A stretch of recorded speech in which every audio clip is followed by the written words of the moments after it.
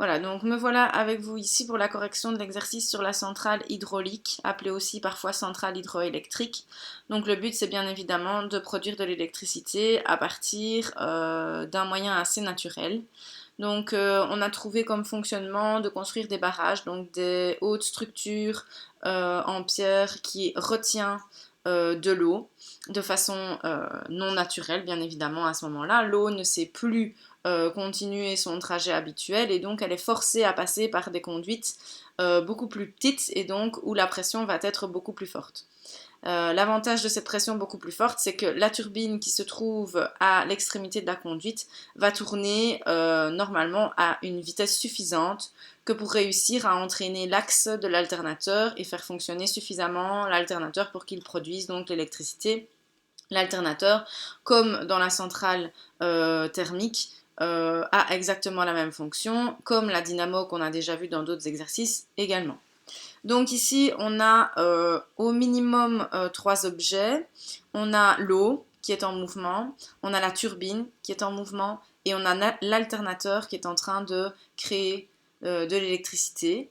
Ensuite, on a tout ce qui est transformateur et ligne à haute tension, mais tout comme pour l'exercice de la centrale thermique, ils ne sont pas réellement intéressants dans notre chaîne de transformation d'énergie car ils ne vont simplement faire que modifier le voltage de l'électricité produite afin de l'amener jusque dans nos maisons. Donc voilà, on aura de nouveau en fait pour cet exercice une chaîne de transformation d'énergie qui ne sera pas terminée, étant donné qu'on n'a pas de receveur final.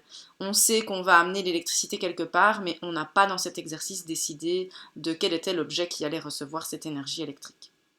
Donc, le premier objet à placer dans la chaîne de transformation d'énergie, c'est le réservoir.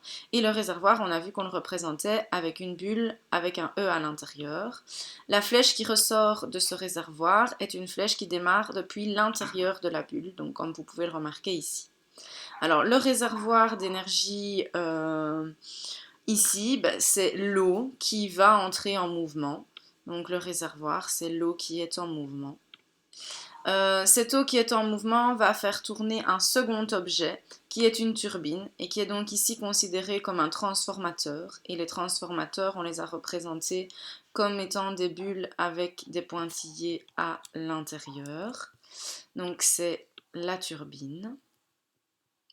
L'énergie qui est donnée entre les deux, c'est bien évidemment de l'énergie mécanique étant donné qu'on a affaire à un mouvement. La turbine, elle, va entraîner un axe de rotation avec elle pour pouvoir faire tourner l'alternateur. Alors, on va remettre cette flèche au premier plan pour que on la voit en entier, voilà. Donc ici, il va de nouveau y avoir un mouvement, donc on va de nouveau avoir de l'énergie mécanique. Donc je vais modifier une des cases dont on n'aura pas besoin pour pouvoir la mettre sur mon schéma. Et je vais également la mettre au premier plan. Ça ne marche pas.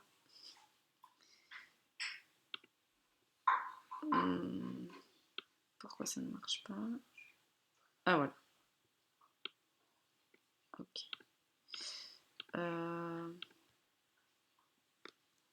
Ok. Donc viendra alors l'alternateur qui va aussi transformer l'énergie mécanique qu'il a reçue, en énergie électrique. Et donc, il s'agira de l'alternateur, troisième objet de notre montage. Voilà. Et donc ici, on n'a pas de receveur final. On sait que cette électricité va être envoyée dans les lignes à haute tension pour alimenter maisons, industries, etc. Et donc voilà, on n'a pas de suite, donc on va simplement mettre trois petits points. Donc vous voyez que j'avais préparé des bulles et des énergies en trop. Elles ne sont pas toutes utiles. Si vous avez du mal avec ce genre d'exercice, je vous conseille vraiment de préparer les mots de vocabulaire à la base, à l'avance, les objets qui sont présents dans le schéma à l'avance pour savoir lequel je vais devoir utiliser. Voilà, donc j'espère que vous êtes arrivé à faire cet exercice. et que ma correction vient simplement vous rassurer dans le travail que vous avez réalisé jusque maintenant.